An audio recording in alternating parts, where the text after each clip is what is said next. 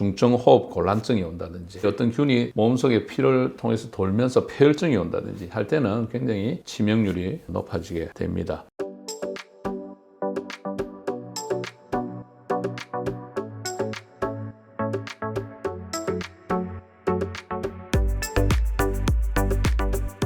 안녕하십니까. 임종인 성형외과 TV의 임종인 원장입니다. 코로나19 팬데믹이 여전히 계속되고 있고 계절성으로 오고 있는 그 독감, 인플루엔자, 일반적인 감기, 폐렴 이런 호흡기 질환들이 혼재되어서 유행하고 있습니다. 정형외과지만 저도 외래에서 호흡기 질환 환자들을 자주 만나 뵐 수가 있습니다. 그래서 오늘은 그 여러 호흡기 질환의 특징, 그 다음에 이 호흡기 질환들과 헷갈릴 수 있는 질환들, 그 다음에 이런 호흡기 질환들을 예방할 수 있는 방법이 어떤 것이 있을까, 이런 것을 정리를 해서 말씀 나누고자 합니다.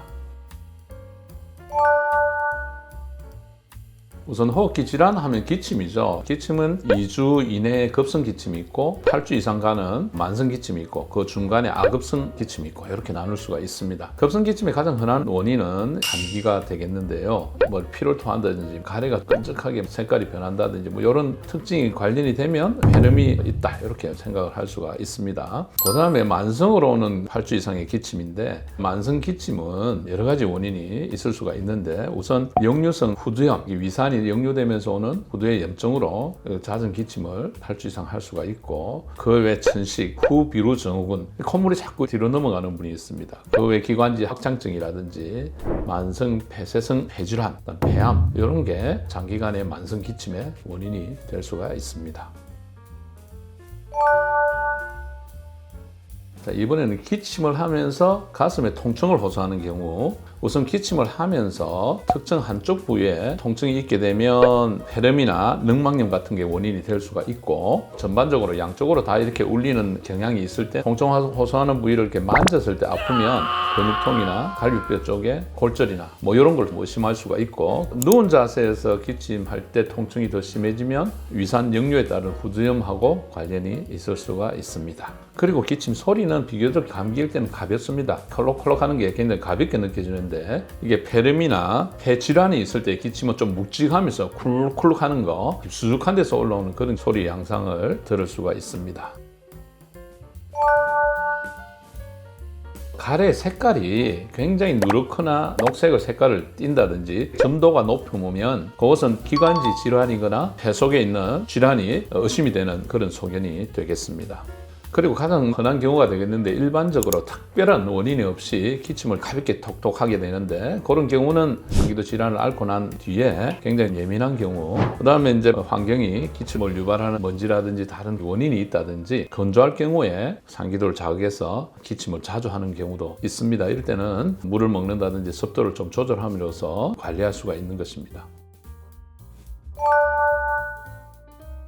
자, 두 번째 이제 감기에 대해서 한번 정리를 해 보겠습니다. 감기에 우선은 한 200여 이상의 그 바이러스가 있습니다. 감기를 유발하는 바이러스 굉장히 많죠. 감염이 되게 되면 3 내지 9일, 평균 한 일주일 정도 가게 되고 이게 증상이 나타나기 전부터 바이러스를 배출을 하게 됩니다.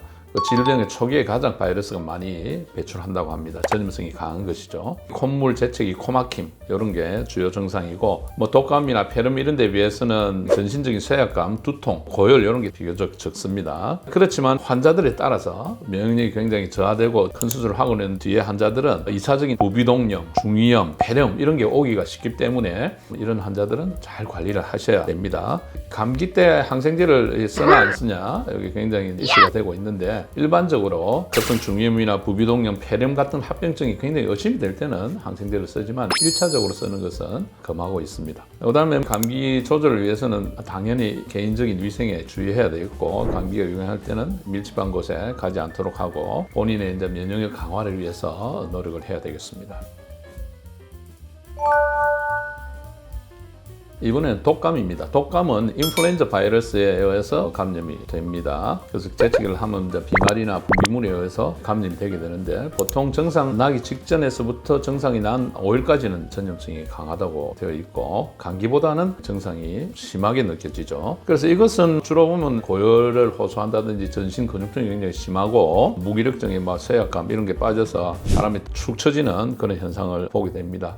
그럼 상기도 증상도 당연히 있겠죠. 기침, 인후통, 객담 이런 증상이 있고, 독감은 일반적인 감기보다는 2차적인 세균성 폐렴 같은 걸 잘 유발을 합니다. 그래서 후유증이 심할 수 있는 것입니다. 치료는 대증요법으로 치료를 하고 수분 공급하고 필요할 때 수액에다 항생제 같은 것도 맞고 여러 가지 치료 방법으로 조절을 할 수가 있습니다. 독감에서는 우리가 항바이러스 제제를 얼마나 빨리 쓰느냐 사용하느냐에 따라서 빨리 완화될 수도 있는 것인데, 증상 발생 48시간 내에 투여를 해야 증상 완화의 효과를 볼 수가 있습니다. 그래서 고열이 38도 이상이 있다든지 독감 같은 증상이 의심이 되면 신속 항원 검사를 한 뒤에 타미플루나 주사제로서는 어떤 항바이러스 제제를 빨리 쓰는 게 치료의 핵심이 되겠습니다.